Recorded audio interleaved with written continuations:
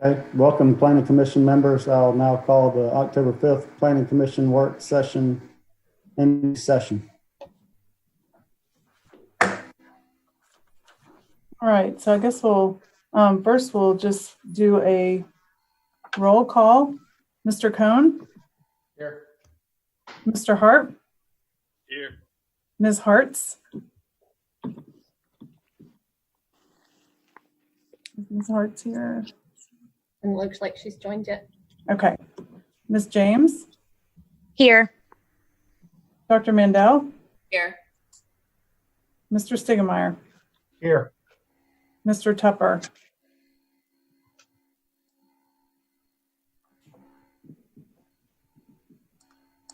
And Mr. Frost? Here. Okay. We have a quorum, and I think I'm just gonna turn this over to Rachel and Krista to talk about the zoning map revisions and share their screens. All right, let me get my screen shared here.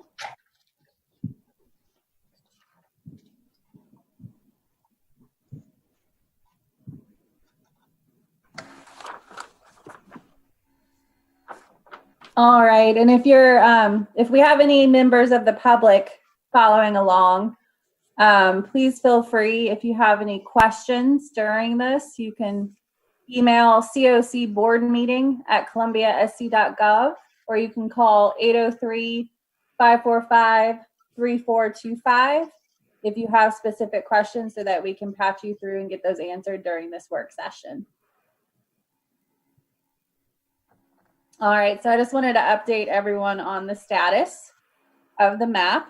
So as you know, we've had our ordinance adopted as revised in May of this year, and we had an effective date of November of 2020.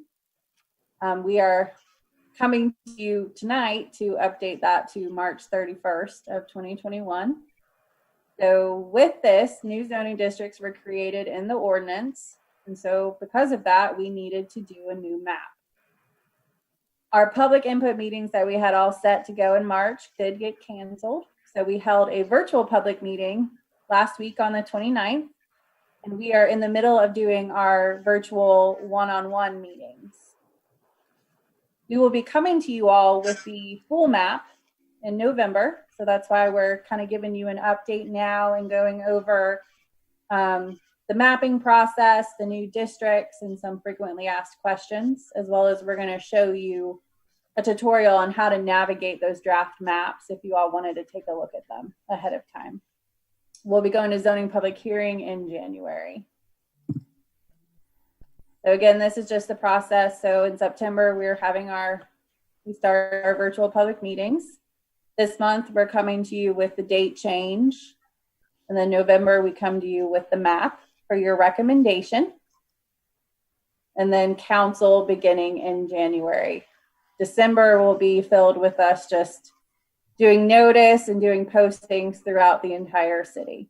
So with our effective date being March 31st of 2021. Good evening, everyone. Krista Hampton here, Director of Planning and Development Services. And those of you who have been with us on this journey from the beginning, I'm looking at you, Dale, and a few others, have seen these themes previously. So of the entire ordinance itself, we have several key themes. The first is to create a user-friendly code because our current one certainly could use help in that area. So we want it to be easy to navigate, to find information. And so we have charts, we have pictures. That's a main theme. The second one is to implement Plan Columbia, which was the future land use plan. Prior to Compass, it was implemented into the Columbia Compass plan.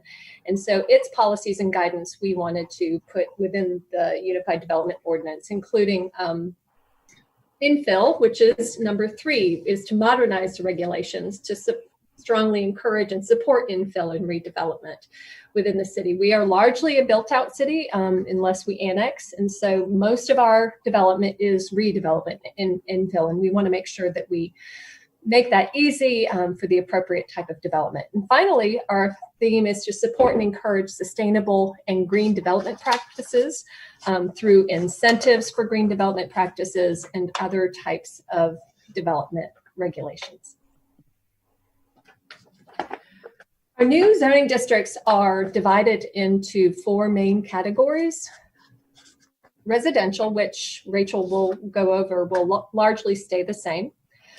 We have some mixed-use districts now, but one key component of this code is that we really emphasize mixed use along our corridors. And so we have a number of those.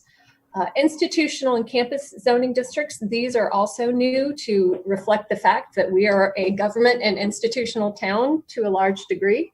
And finally, we maintain our industrial zoning districts and add a new innovative district, so to support this very important category of development. All right, so I'll go over our residential districts with you all. We have the Transitional Conservation District and the Large Lot Reserve District. Both of these are pretty similar in that these are often undeveloped or developed at a very low density and maybe annexed in, or they might just be assigned this as a holdover. With the TC district, that Transitional Conservation District, they can either be rezoned or it will remain in conservation. So this could be wetlands or something along those lines. With the Large Lot Reserve District, those will be rezoned at appropriate time. So once that land is kind of plucked out for development, that's when it will get rezoned to what is fitting for the proposed development in the area.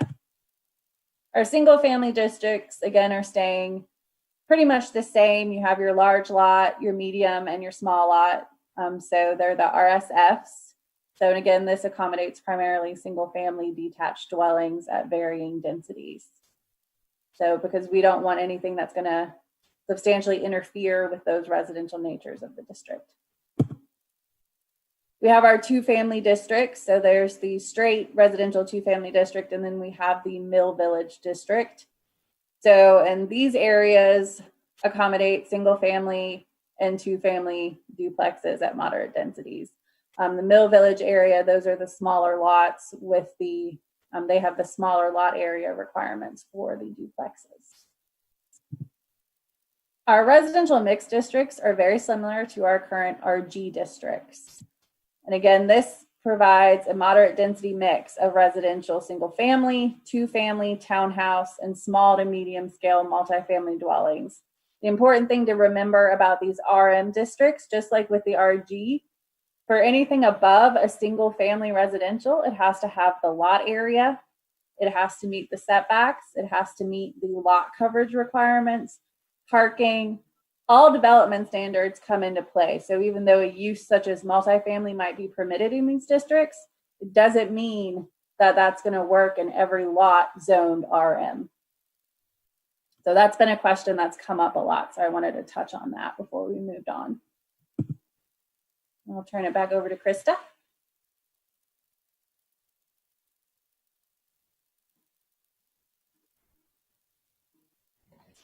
Two new districts we have, the MU1 and MU2, are intended to be adjacent to neighborhoods so that they help with that transition. They are low to medium density and also can include some of our residential uses.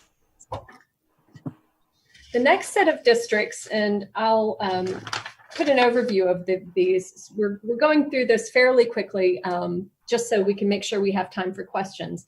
And that said, if planning commissioners want further information beyond this, those of you who have not been part of planning commission, another primer on the code or zoning maps or any of this, we're happy to help. But the next 4 districts are activity centered in corridors. And what's terrific about this new code is that it brings into play context, whereas before it used to be C3 was C3 no matter where you were, no matter the context.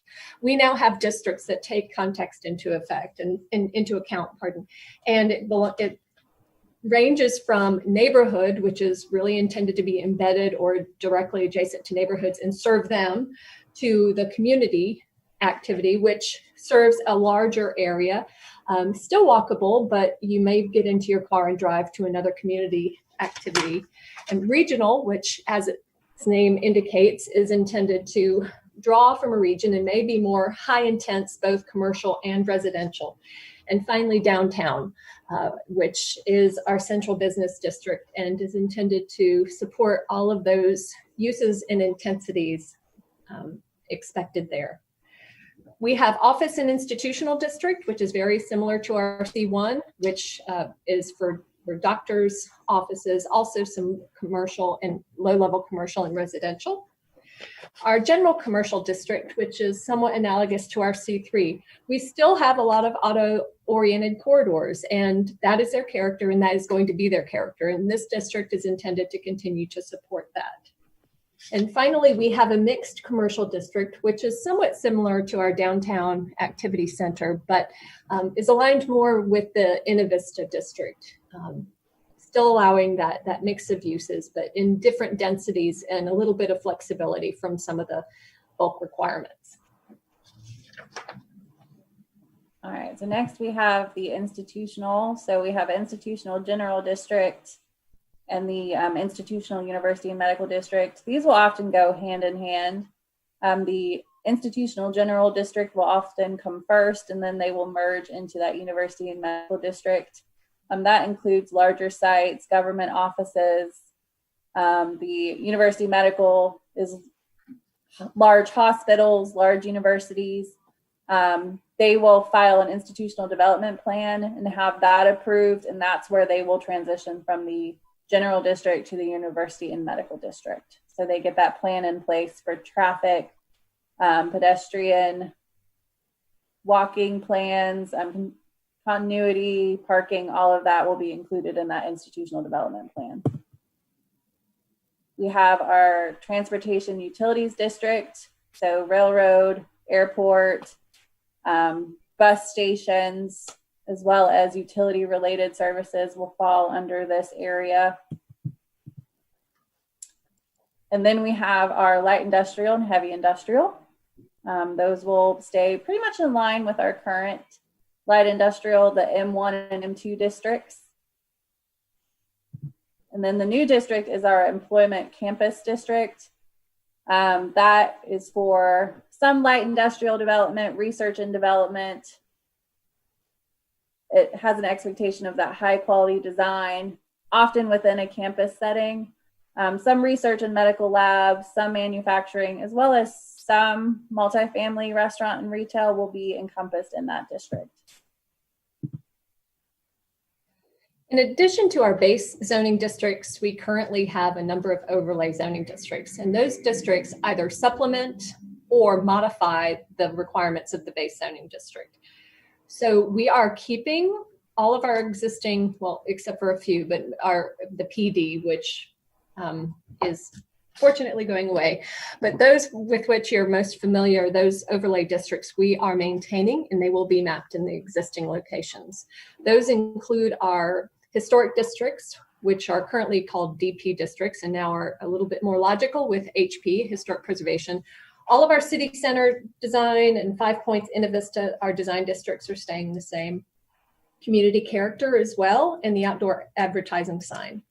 We have a new overlay district that was a result of the West Gervais Street planning exercise that has a heightened setback requirement in the Gervais and the UG Street area. We have one that will not be mapped, which is a gateway design overlay, and that provides us a tool as we do gateway planning to apply regulations that may come out of those areas. All right, so I'm going to stop sharing my screen for 1 minute and bring up another one. I'm going to show you all just how to navigate that draft zoning map.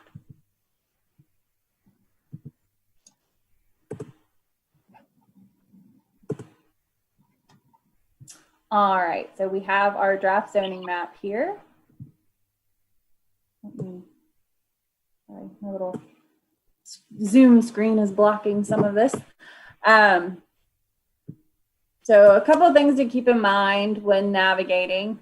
Newly annexed properties, really probably properties annexed within the last 6 to 9 months, are not on this proposed map, but we do have a list of those and we have given them proposed districts. So if you're going through here and you have specific annexed properties that you have questions about, feel free to reach out to staff Same goes if you're going around and navigating and you see that a parcel has nothing on it, so it's just a blank parcel. That means that it is most likely split zoned. We were not able to map split zoned on this draft map, so we have separate PDFs in-house. So if you have questions about a potential split zone property, we can send that information to you as well. So we have the layers list over here. Street and ownership, you can either turn that on or off. It just shows you if it's city or DOT. Zoning district and pictometry, you want to make sure both of those are on. You can have the proposed zoning district or the current. I suggest you have both on. So, and I will give you all an example here. I'll just look up our city offices, so 1136 Washington Street. Takes you there. So it shows you C5, which is the current zoning, as well as the DAC, which is the Downtown Activity Center corridor. That is the proposed zoning. If you click on it, you can toggle back and forth between, so you see the current and the proposed. If you click on the proposed district, it'll open a separate PDF for you that has the summary of the proposed zoning district. So it has the purpose of the district as well as intensity and dimensional standards.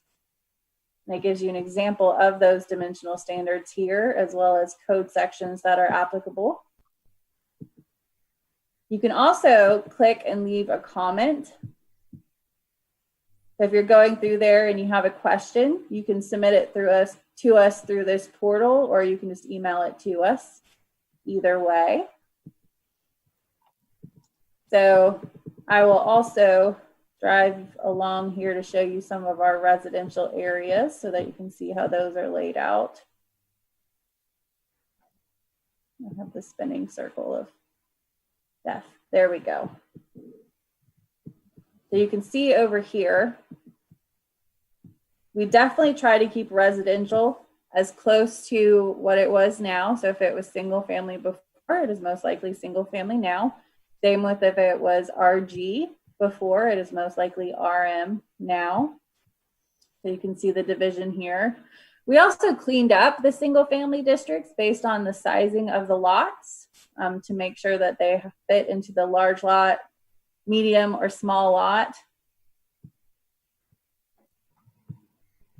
But just to give you all that rundown, and as you're navigating through there, if you have questions, please don't hesitate to reach out to us. We also have the email address zoningmap@columbiasc.gov, which is specific for our draft zoning map questions.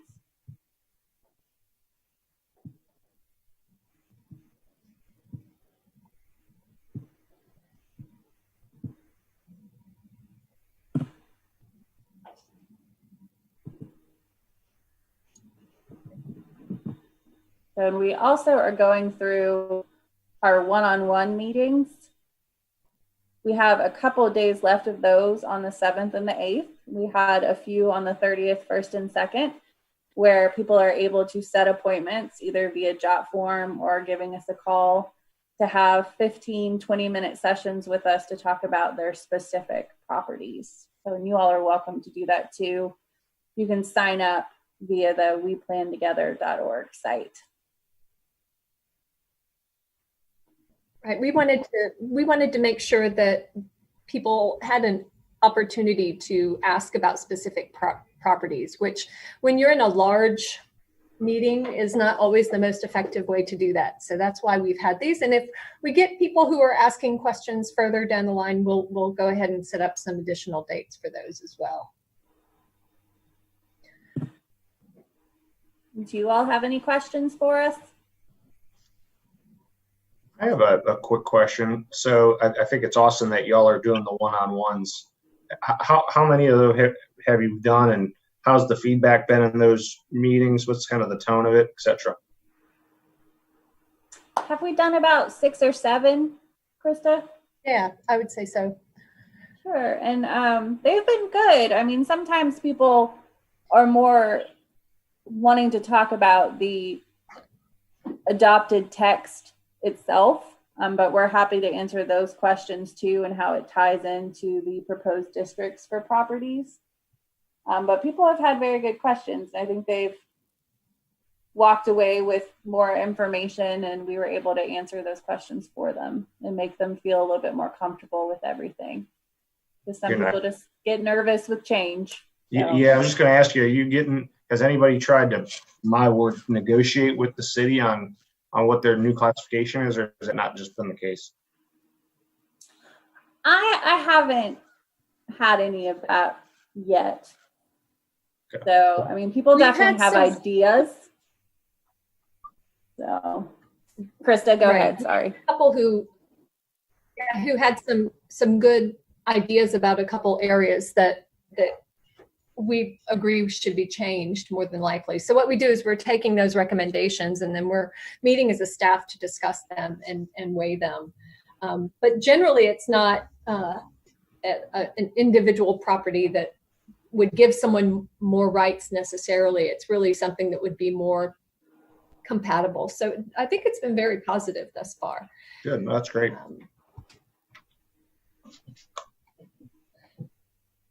And I do want to emphasize, in whatever form is necessary for the planning commissioners to feel comfortable, we are bringing this map to you in November for your recommendation to City Council to go forward for a public hearing in January. So between now and then, if you have any questions, any information you need to help you make that decision, please let us know.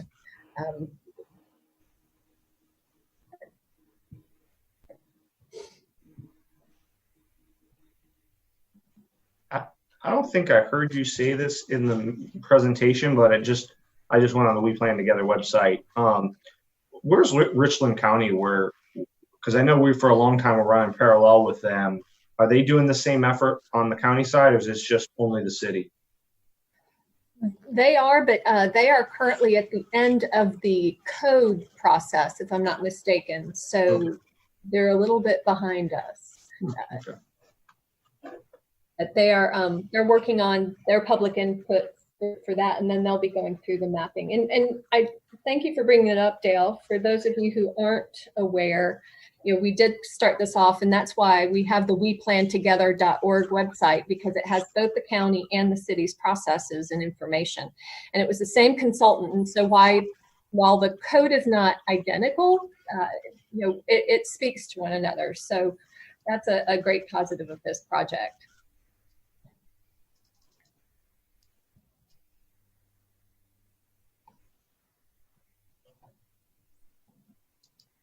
If there's anybody from the public who wanted to speak or to submit an email comment, you can do so at cocboardmeeting@columbiasc.gov, or you can call 803-545-3425 while the planning commissioners are still considering this.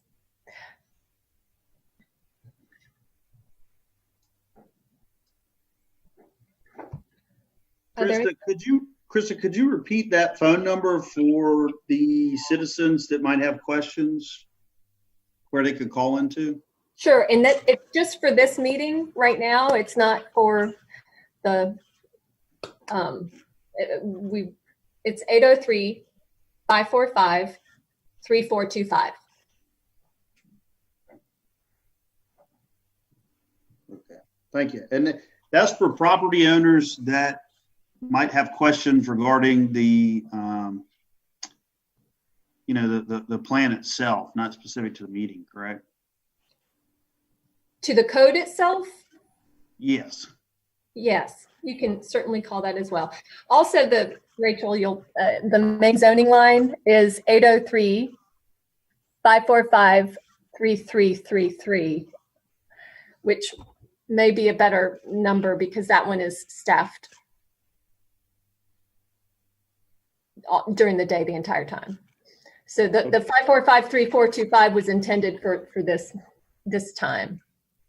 Oh, okay. I got you. Yeah, we didn't have a public input number created specific for this work session. So we're just giving that out if people had questions specific to the work session. But yes, if they have questions about the map, they're welcome to call us at 545-3333 during business hours, and we will happily assist. They can also email zoningmap@columbiasc.gov.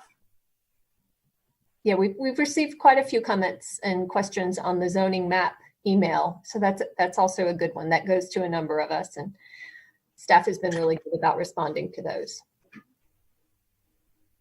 And Krista, while we're waiting, I've just got something that I'm curious about more than anything. Of course, I think everybody's probably on this map looking at it right now.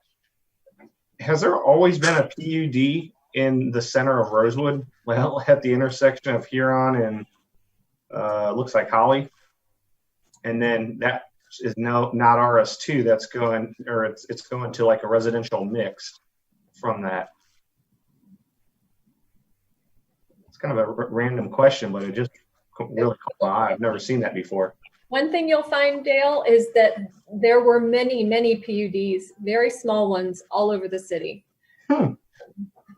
And I mean, we have single lot residential parcels that are that were zoned PUD. And as we've discussed over the years, those do not meet the requirements of the statute. Right.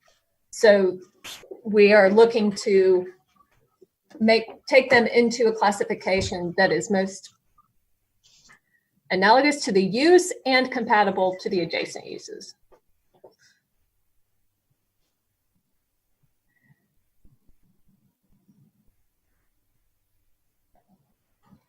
Yeah, you can see it right there. That's very odd to me.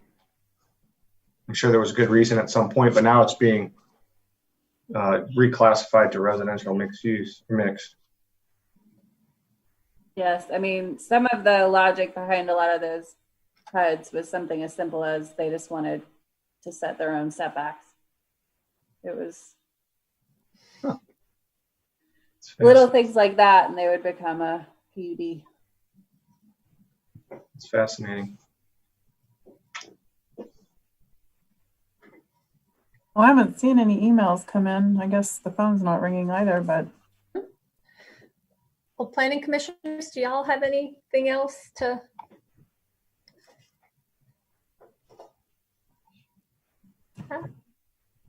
I don't have any questions. I appreciate the presentation. It's always helpful to get the update. Thank you. Yep, thank you. You all have been terrific during this process. It's been a long time coming. We're really excited about it.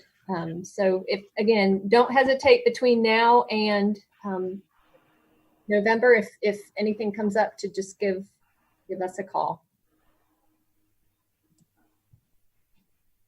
Rachel, anything else from you? No, just thank you all. So, and yeah, as Krista said, please feel free to reach out. I'm always happy to answer questions. Okay, thank you. Thank y'all. Guys. If we don't have any further, or if we don't have any emails and no phone calls, I'll take a motion to adjourn. Mr. Chairman, I would like to make a motion to adjourn. Second. All in favor, say aye. Aye. All right, the meeting's adjourned. Thank you. Thank you, guys. See you again in a few minutes.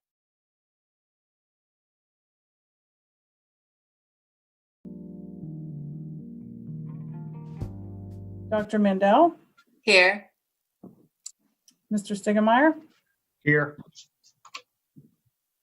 Mr. Tupper, Here. Mr. Frost, Here. and is Ms. James here? Thought she was here. Are you on mute? I haven't seen her rejoin. Okay, thanks. We do have a quorum. Great, so I'll quickly go through the meeting overview. This is a brief review of the meeting format.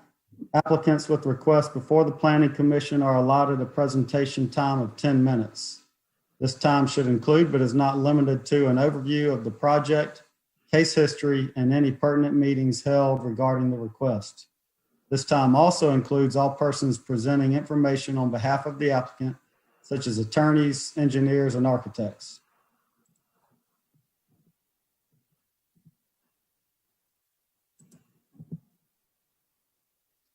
This time limit does not include any questions asked by the Planning Commission or staff regarding requests. Members of the general public are given the opportunity to address their concerns in intervals of 2 minutes. The administrator has a timer and will make presenters aware of when their time has expired. The Planning Commission reserves the right to amend these procedures on a case-by-case basis. The Planning Commission uses the consent agenda to approve non-controversial or routine matters by a single motion and vote. Examples of such items include approval of site plans, annexations, and street names. If a member of the Planning Commission or general public wants to discuss an item on the consent agenda, that item is removed from the consent agenda and considered during the meeting. The Planning Commission then approves the remaining consent agenda items. So today on the consent agenda, we've got 3 items. First is the approval of the September 14th, 2020 meeting minutes. We also have a comprehensive plan map amendment and zoning map amendment for pending annexation, and that's for 1314 Rosewood Drive. This is a request for recommendation to assign land use classification of community activity corridor and assign zoning of general commercial district within a flood protective area for a pending annexation. As well, there is a site plan review at 739 Jacobs Mill Pond Road. This is a request for site plan approval for the construction of a 24-unit group development, the Jacobs Mill Pond Townhomes. And this property is zoned large-scale planned unit development. Is there anyone from the Planning Commission that would like any item removed from the consent agenda?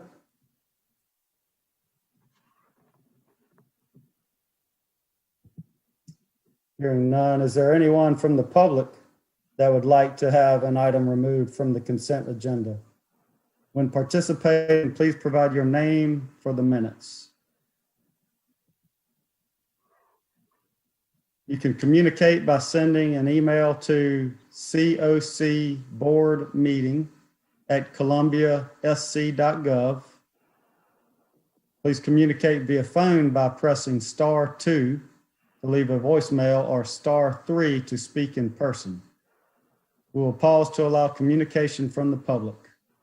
Again, that phone number is 855-925-2801, and the meeting code is 7936.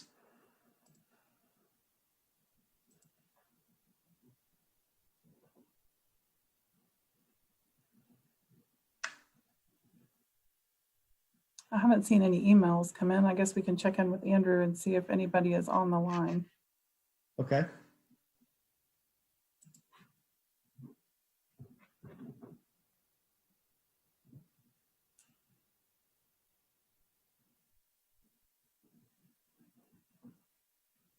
Andrew, do you have any callers by any chance?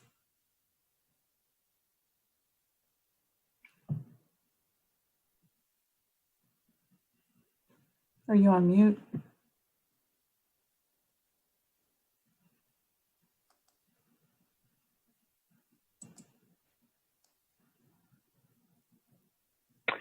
Hi, Lucinda. Hey. There is nobody on the call that has requested to speak. Okay. Thank you.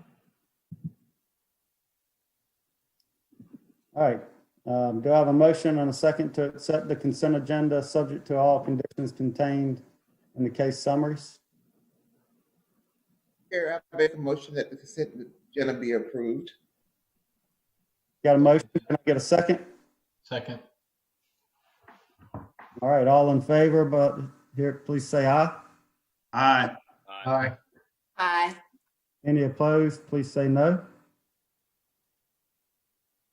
Hearing none, I think the consent agenda is passed. Lucinda, if you want to do a roll call, we can. It's up to you if you need it. Sure, let's do a roll call, just to make sure we've got everybody. Mr. Cohn, Yes. Mr. Hart, Yes. Ms. Hartz, Ms. James, Yes. Dr. Mandel, Yes. Mr. Stiegemeier, Yes. Mr. Tupper, Yes. and Mr. Frost. Yes. And the motion passes.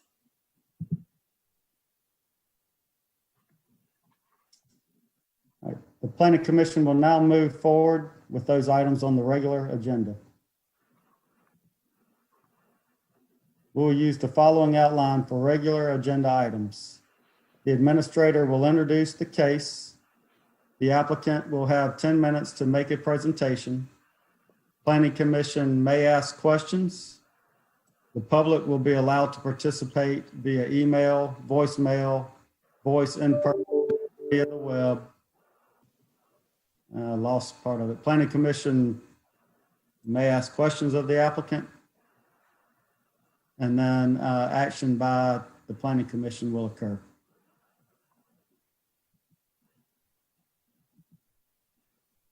Okay, so for the regular agenda, the first item is for a request to make a minor amendment to a planned unit development residential for 621 Sugar Street. I believe Rachel Bailey is here to introduce the case or answer any questions. Sure. Thanks, Lucinda. So this was a PUD that was approved in 2007 for a 6-unit townhome development. I believe the original site plan was in your packet as well as the new site plan. The townhomes would be roughly 1,200 square feet and 2 stories, and then a one-way drive with an entrance on Suber and exit on South Kilbourne was approved as part of that original 2007 site plan. Modern times, they are working to develop this site in accordance to the PUD, and they hit a hiccup. SCDOT is now requiring ingress and egress be off Montgomery Avenue. So the original one-way drive will not be approved by SCDOT. So the applicant's requesting this minor amendment for the following. So they've had to change the site plan to account for the new ingress egress now off of Montgomery. It's no longer a one-way drive. They're reducing their unit count, so they're lessening the density from 6 townhomes to 5. So that's resituated on the parcel while maintaining the required setbacks of the original PUD. And the units will be 1,200 to 1,220 square feet, and they're going to remain the 2 stories. All other requirements of the original PUD remain in effect. If y'all have any questions, I'm happy to answer. I'm not sure if the applicant is on the line or not. Okay, Planning Commission have any questions? I guess we'll give the applicant an opportunity if they are on the call and they want to say anything, please speak up.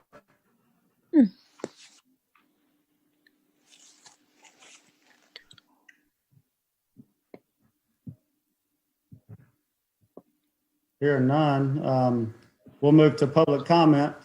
We encourage those that would like to communicate via email to begin sending in letters and emails. Again, that email address is cocboardmeeting@columbiasc.gov. We also encourage those wanting to leave a voicemail to use *2. Again, that phone number is 855-925-2801 with a meeting code of 7936. And we will pause to see if we get any emails or callers on the line.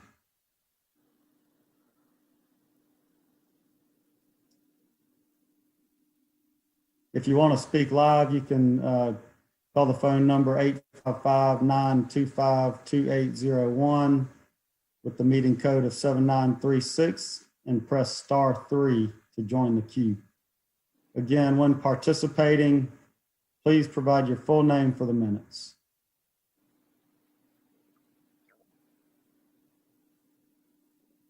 Mr. Frost, this is Andrew. I do have a caller that has raised their hand. Okay. And I can patch them through. Thank you.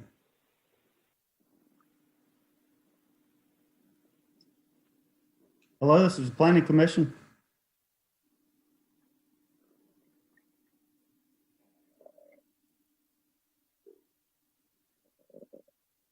It looks like they're connecting. I apologize for that interruption, but it's got a little spinning circle here.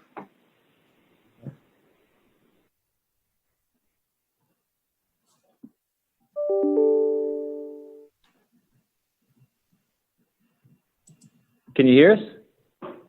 Yes. Great. This is Lucas Bunch and Wyman Bowers, and we are the developers on 621 Suber, and have been working with Ms. Bailey on this, and would welcome any questions that anyone from the commission may have for us. Okay, Lucas, thank you. I don't believe the Planning Commission had any further questions, but we'll offer that opportunity again. Planning Commissions, do you have any questions regarding this case?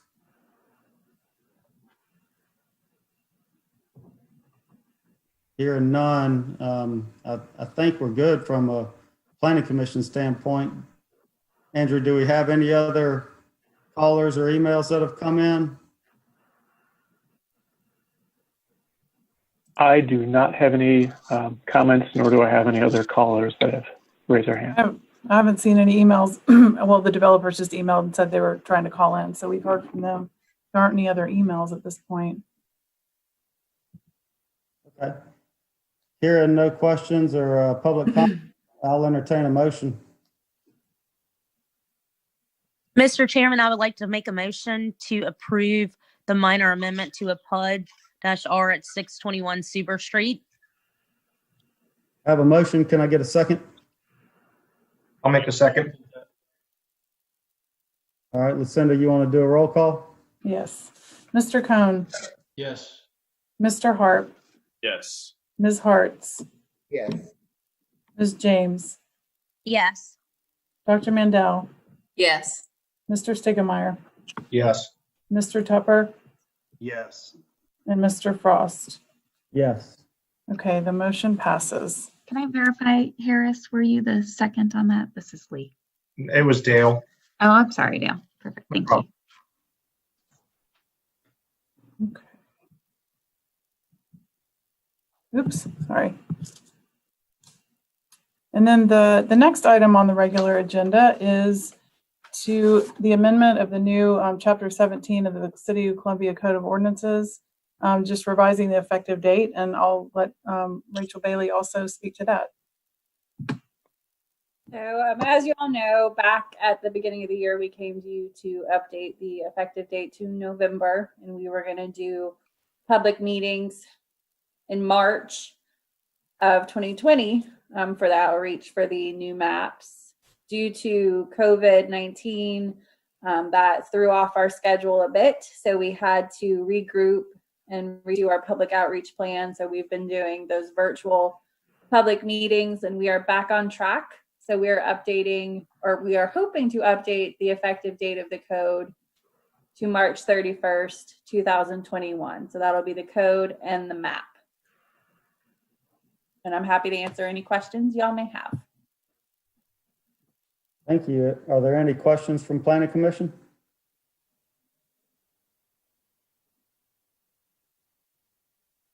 Hearing none. Hearing none, we'll move to public comment period. We encourage those that would like to communicate via email to begin sending in letters and emails to cocboardmeeting@columbiasc.gov. We also encourage those wanting to leave a voicemail to use *2. The phone number is 855-925-2801, and that meeting code is 7936. We'll start to receive comments from the public who choose to speak via phone live. That number is 855-925-2801. with a meeting code of 7936. Please press *3 to join the queue, and please provide your full name for the minutes. We will take a brief pause to see if any public comments come in.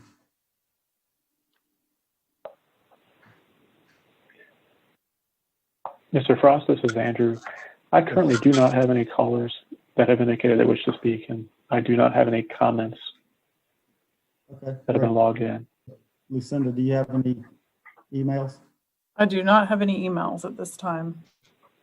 Okay, having no emails and no callers on the line, I will entertain a motion from the Planning Commission. Mr. Chairman, I would like to make a motion to approve the Planning Commission to recommend to City Council to approve the request of the revised effective date of ordinance, the Unified Development Ordinance. Got a motion, can I get a second? Second. All right, Lucinda, you want to call the roll? Mr. Cohn, Yes. Mr. Hart, Yes. Ms. Hartz, Yes. Ms. James, Yes. Dr. Mandel, Yes. Mr. Stegemeyer, Yes. Mr. Tupper, Yes. Mr. Frost. Yes. Motion passes.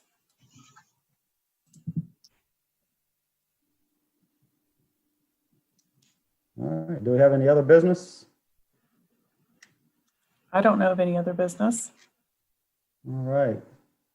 Well, with no other business, do I have a motion to adjourn? Mr. Chairman, I would like to make a motion to adjourn. Got a motion, can I get a second? Second. All in favor, please say aye. Aye. Aye. All right, any opposed? All right, the meeting is adjourned. Thank you all. Thank you. Thank you. Bye. Have a good day. Thank you.